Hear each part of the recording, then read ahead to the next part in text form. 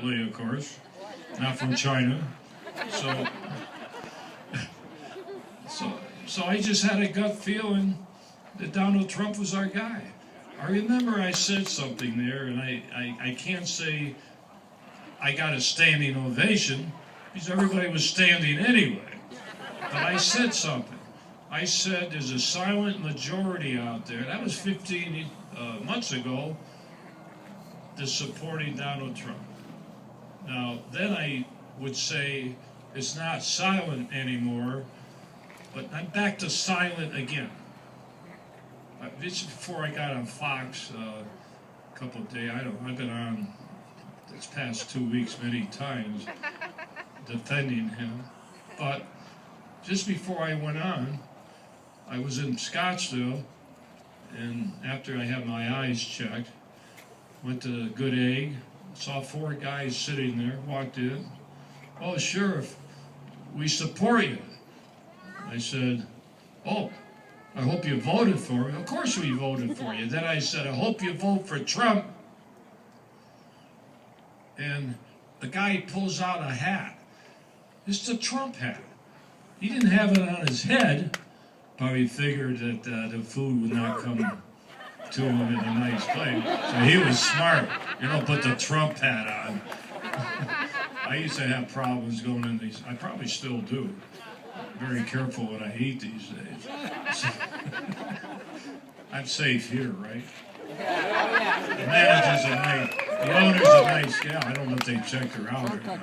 But. So there is a silent majority out there. And come the 8th of November, I think the country's going to figure that one out. So, having worked overseas, and by the way, I get a little angry sometimes.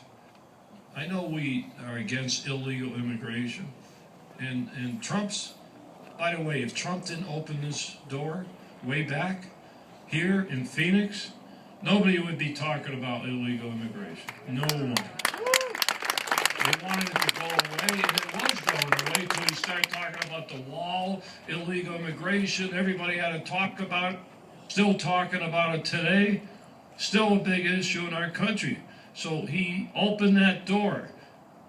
Both sides of the fence should say thank you, Donald, for opening this door so we can discuss illegal immigration. But he was the first one to start talking about the drug traffic. When he talks about putting up that wall should keep the dope peddlers out. All the drugs come here from Mexico. The heroin destroying our young people. Now, I'm not against all the politicians. If you notice, they all go to the, and I'm not criticizing that because it is a serious problem, illegal immigration. But where they're in the fence, actually, you got a better fence than they do.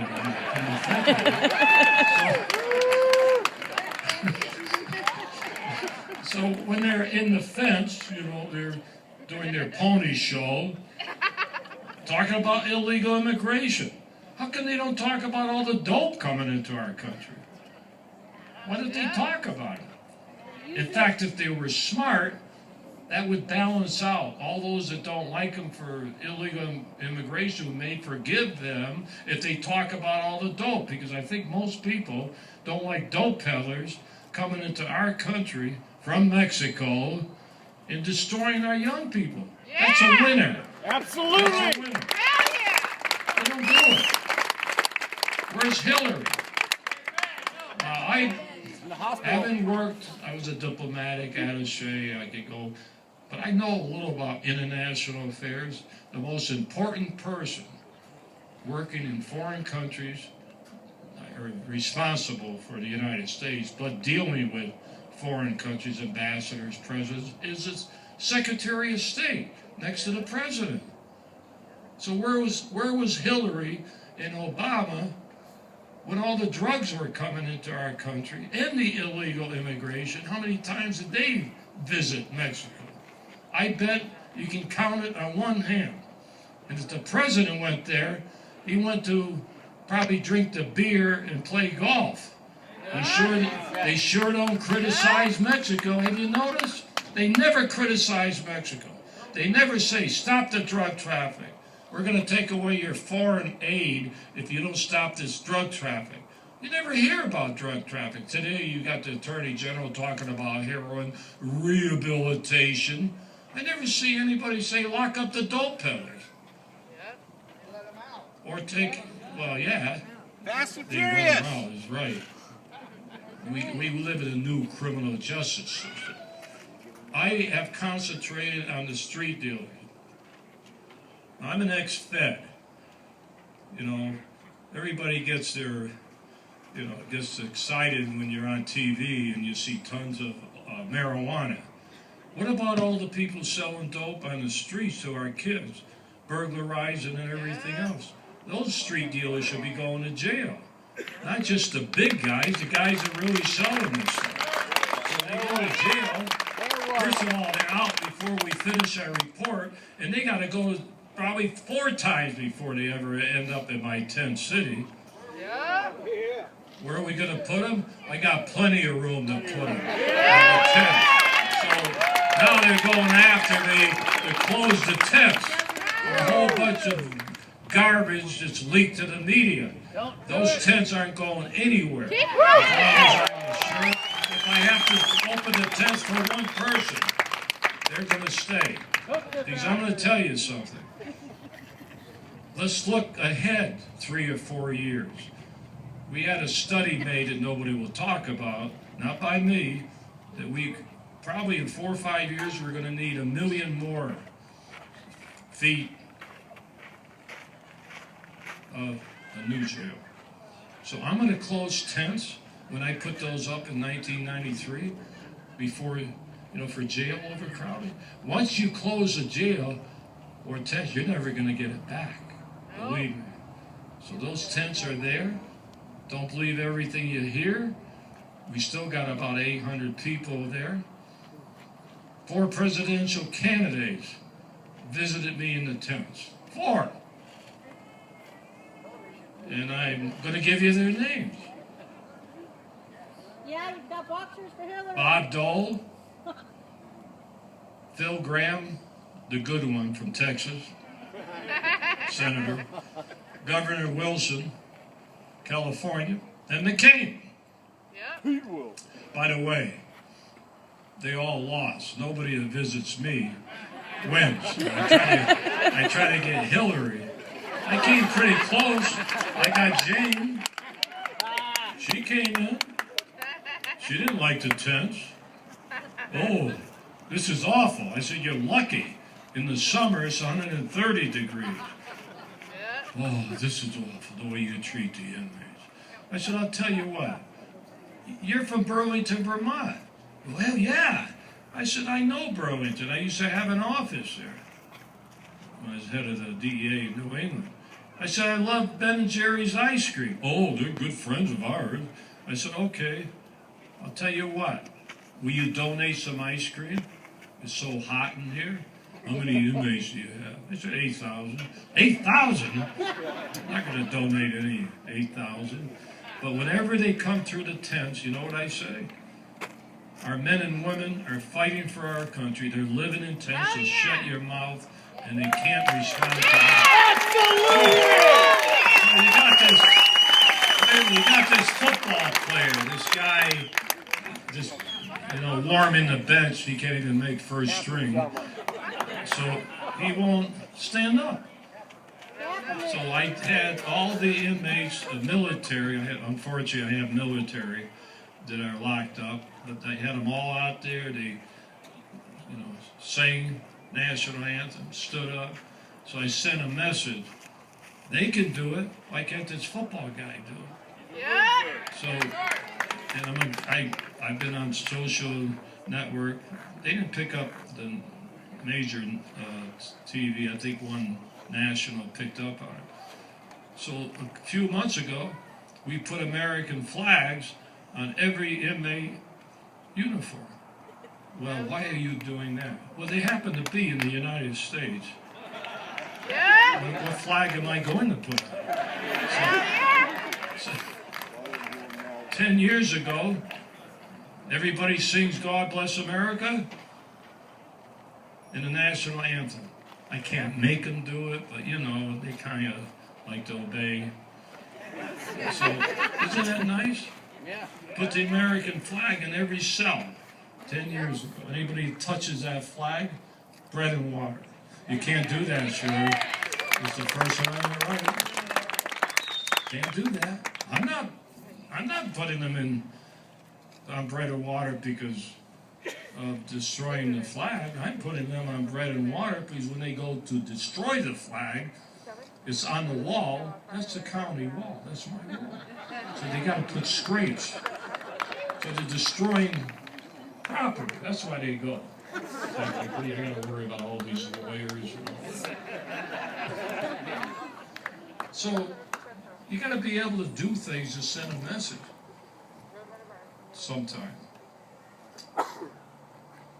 The illegal immigration, that's still there, but unfortunately with the courts and politicians and all that, they're chopping us up.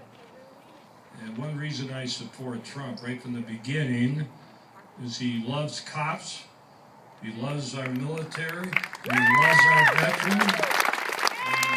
I know that for a fact. And women love him. So I think we have a few here. And I'm going to tell you a story that I don't care. I said it when I spoke at the National Convention. Actually, a couple hours before he did. It was pretty good. They didn't let me know to the last minute that I was going to speak. I think Trump found out some people were playing games to keep me off. He took care of that. But I put my wife, and I keep saying this, and my wife says it's okay. She loves Trump. And I told Trump when he was here, we were taping Hannity before we went to my hometown of Fountain Hills. We locked up 3 or 4 people blocking the road. That was keeping the Secret Service from going, took care of that. And we were only an hour late. If I didn't tell Trump and Secret Service, I'm the sheriff. And that's my hometown. And we do the law enforcement. We're going. It turned out great. It was a good rally. Actually, you could see my house. So my wife wasn't able to come, but she sure could wave at Trump. But Hannity, I told him, I said, my wife just diagnosed with cancer. She watches you every day on that TV, keeps her mind busy. And I told him that. Remember, I was hooked from day one with him. Didn't have to use my wife to get me hooked. That wasn't even in the cards. So he calls her. Next time he comes in, he calls her again. Next time he calls her again. Then last week or 2 weeks before he even got on the stage, he had to wait until he called my wife again.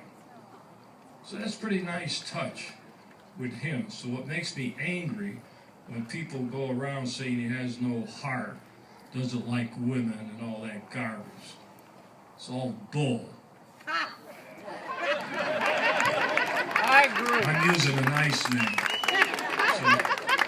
So I used to, bull, you know, S. I don't know if that's illegal to use these days. If there was a reporter here and I really spelled it out, Arpaio uses word bull.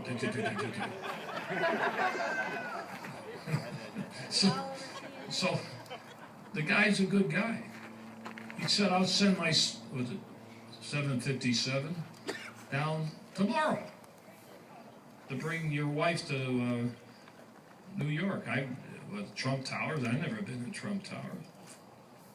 So another wife of a candidate, I won't mention names, called me, I think it was through the Republican convention they had here, and said, my husband would like to meet you. He wants your endorsement. Really? Tell him to call me. Nothing against wives. Tell him to call me. I was already locked with Trump anyway. But he's a different type of guy. I have gut feelings. I'm a senior citizen. I've been around a long time. One thing that maybe keeps me going is two things that I have going for me. One, I have life experience. Nothing against all you that, you know, being young, that's great. But I am old, so I have that experience. I can't hide it, right? The other thing is, I think I use common sense. You have morals. I don't have... You have morals. What? You have morals. You have morals. What, have what? Morals. Morals? Is that what he said? Yeah, I'm okay. I've been married 59 years to my wife, and I have to give her the credit. Now, what time is it? 7:30. Okay? Actually, I have more hours to go. I usually work 14. Now, if I had a wife that said, wait a minute, it's 7:30? You should be here at 5 o'clock to eat dinner or whatever. All you think about is your job. She's never said that in 55 years in law enforcement. Now, if she kept harassing me, maybe I should cut down my hours and I wouldn't be here. She doesn't say you're late and all that. 55 years all over the world I work. So I got to give my wife some credit around here. So I look at it a little differently.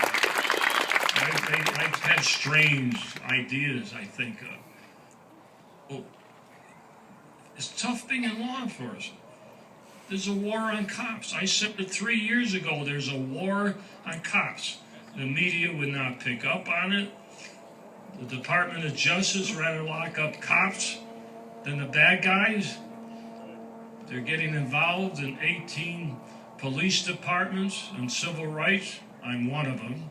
But I'm not a police department. I happen to be the only elected sheriff they're taking on.